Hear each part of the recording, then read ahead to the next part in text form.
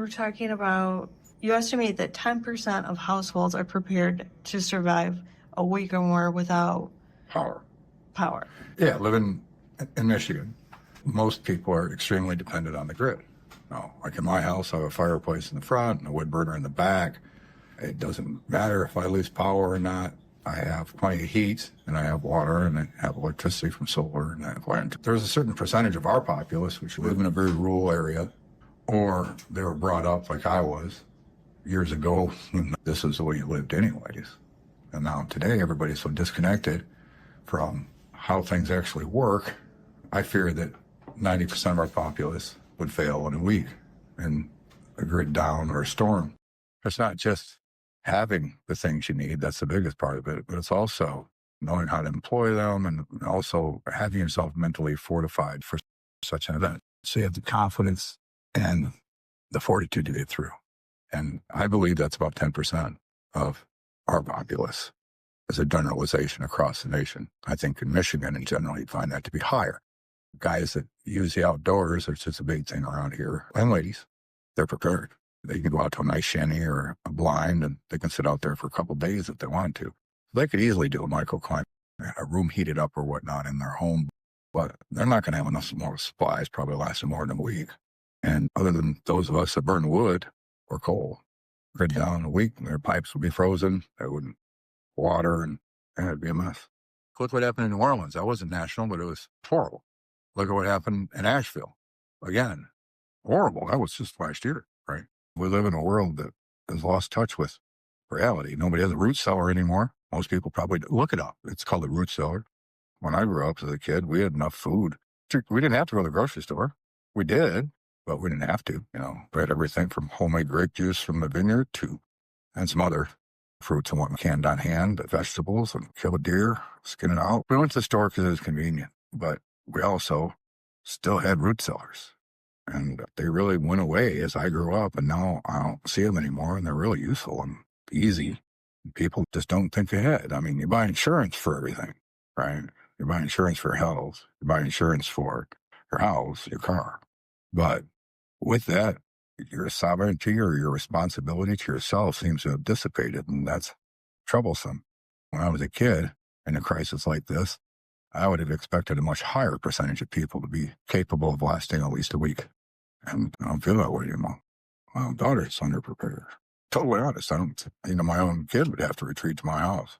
She's in her 30s, right? So she would come home for sure, because there was no way, her current situation, that they would make it without me. Being responsible for a household and a small family, I'm prepared to take care of them for months. If you look on our government websites, the suggestions are 6 weeks. Go look at FEMA. Go look at Center for Disease Control, which will divert the question over to another one, which will be Homeland Security, I believe. I haven't looked at them in a minute. But if you go look around, our own government tells us to be prepared to be on our own for 6 weeks. And people are not doing it. That's what it says on our own government site, and people don't do it. That's what's recommended. So if the government recommends 6 weeks, and it very much appears most people could last a week, in a matter of days, you're not going to have water even, because the water is a pressurized system run by electricity. So if you're not smart, you don't fill your bathtub up right away at a minimum, what are you going to drink?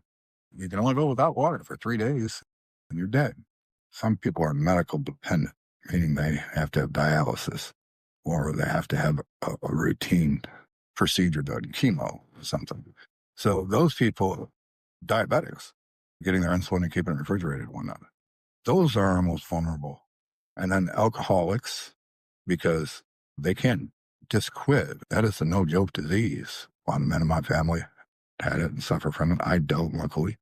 But a lot of men in my family, much higher than about a third of men in my family, 30%, are alcoholics, which is way higher than average, but just seems to be in my DNA, I guess. But I'm fortunate. But I've seen a lot of it. And they can't go without it. It'll kill them.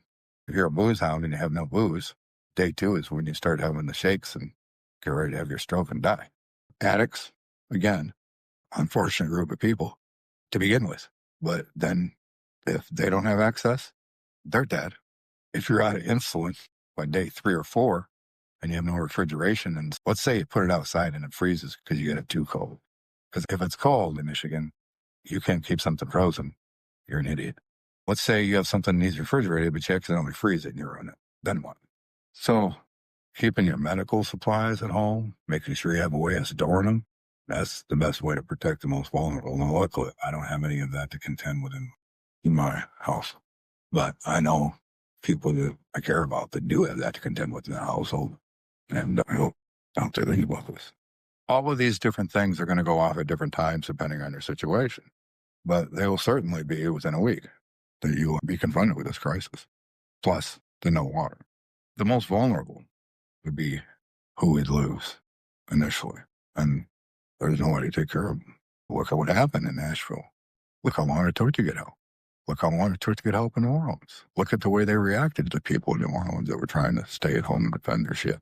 Like their stuff, however we're going to say it. It was a bad response that ended with a lot of lawsuits against the government and law enforcement. So I just think that it would become a lot more civilized if everybody was able to take care of themselves and perhaps have a little bit to aid their neighbor. That should be your train of thought. Have something to contribute to help your community come back. These fundamentals, divided cultures, the way that everybody's got to be independent, has taken these things away. So patriotism or humanity has been reduced because you can't take care of yourself, then you can't contribute to somebody else, which is something I've talked about in other points. You, at that point, not only are you not going to survive, but you're probably going to burden somebody, hinder somebody else. When desperation sets in, it makes things a lot harder, and it doesn't have to be as desperate if we would just go by more traditional methods, which is get 3 months of food on hand for you and your loved ones. Water, and it means a filtering water and understanding how to take care of yourself for a few months.